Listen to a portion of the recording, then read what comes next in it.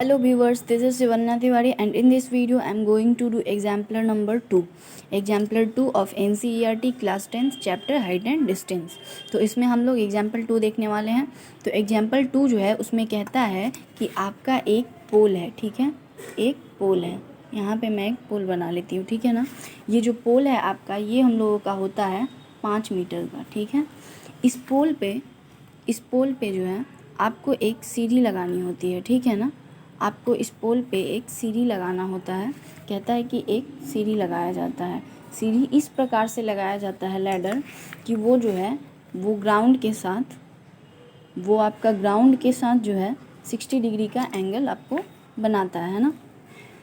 ये आपको बताया है, ठीक है। तो क्वेश्चन कहता है कि सीढ़ी ऐसे लगाया जाता है कि पोल से वो जो है पोल के पूरे हाइट से वो 1.3 मीटर नीचे होता है। तो अगर हम इसको कहते ए, इसको कहते बी, इसको कह दे सी और इसको कह दे डी, तो जो मेरी बी डी की हाइट होगी वो इसको हम लोग जो ये सीढ़ी है हमारा, ये लैडर जो है ये 1.3 मीटर नीचे है, यानी कि ये जो डिस्टेंस होगा ये 1.3 होगा ना ए से डी तक का।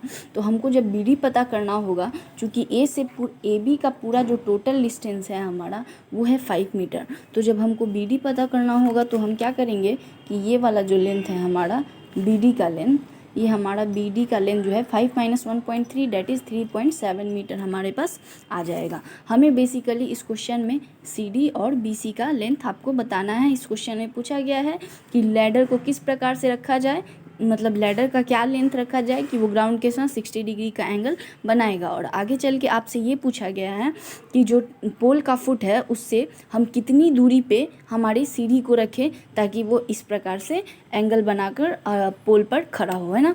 तो यही हमको बताना है। तो अगर हमको ये बताना है कि बी डी का लेंथ क्या होगा और बी सी का, तो बी डी जो है वो 90 डिग्री के सामने वाला हाइट है।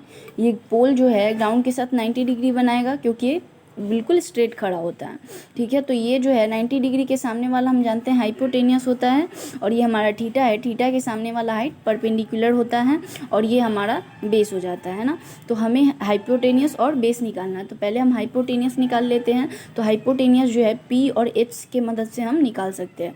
तो सोचने वाली बात ये है कि पी और एच किस टी रेशियो में आता है, तो वो होता है sin 30 में, है ना। तो यहाँ पे हम लगाएंगे कि हियर sin 30 sin 60 सॉरी, यहाँ पे हमारा theta is equals to 60 degree है, तो यहाँ पे आ जाएगा sin 60 डिग्री। तो sin 60 degree is equals to क्या हो जाएगा, B D upon P upon H होता है साइन थीटा। तो ये हमारे पास P upon H that is P क्या है हमारे पास 3.7 और अपॉन में एच, और sin 60 की वैल्यू क्या होती है √3 अपॉन में 2, ठीक है। तो h इज इक्वल्स टू, जब इसको आप इधर क्रॉस मल्टीप्लाई कीजिए तो आपके पास h चला जाएगा अपॉन में ऊपर में चला जाएगा आपका न्यूमरेटर में, और √3 डिनोमिनेटर में आ जाएगा और 2 फिर न्यूमरेटर में चला जाएगा। तो 3.7 × 2 अपॉन का √3 आपके पास आ जाएगा। जब इसको सॉल्व कीजिएगा तो आपका आंसर आ जाएगा 4.28 मीटर, ठीक है ना। इसको सॉल्व कैसे करेंगे, तो आप या तो रेशनलाइज कर लीजिए या तो वैल्यू रख दीजिए। 1.73 दिया हुआ है, √3 का वैल्यू आपको क्वेश्चन में रखने के लिए, ठीक है।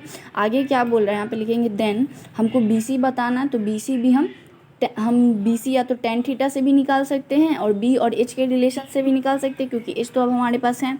तो हम क्या करते हैं 60 डिग्री लगाकर tan से बनाते हैं ना। तो देन tan 60 हम जानते हैं कि tan 60 के वैल्यू कितनी होती है √3, और tan 60 होता क्या है p अपॉन b होता है। तो p हमारे पास फिर से क्या है 3.7 है और b हमारे पास निकालना है हमें, है ना। तो यहाँ पे जब आप क्रॉस मल्टीप्लाई कीजिएगा तो b इज इक्वल्स टू आपके पास आ जाएगा 3.7 अपॉन में रूट का 3.7 अपॉन में रूट का 3। तब अब आप इसको जब सॉल्व कीजिएगा, इसको रेशनलाइज भी कर सकते हैं और आप इसको सॉल्व भी कर सकते हैं। तो जब सॉल्व करिएगा तो आपके पास आंसर आ जाएगा 2.14 मीटर, ठीक है। तो अगर आपको वीडियो अच्छा लगा हो, पूरा क्वेश्चन ये समझ में आया, तो प्लीज़ मेरे वीडियो को शेयर कीजिए, लाइक कीजिए, सब्सक्राइब कीजिए, और अगर अच्छा लगे तभी कीजिए, समझ आए तभी कीजिए, और नहीं समझ में आए तो कमेंट कीजिए। फिर आपको जो भी प्रॉब्लम होगा मैं आपको उसको बताऊँगी। Thank you.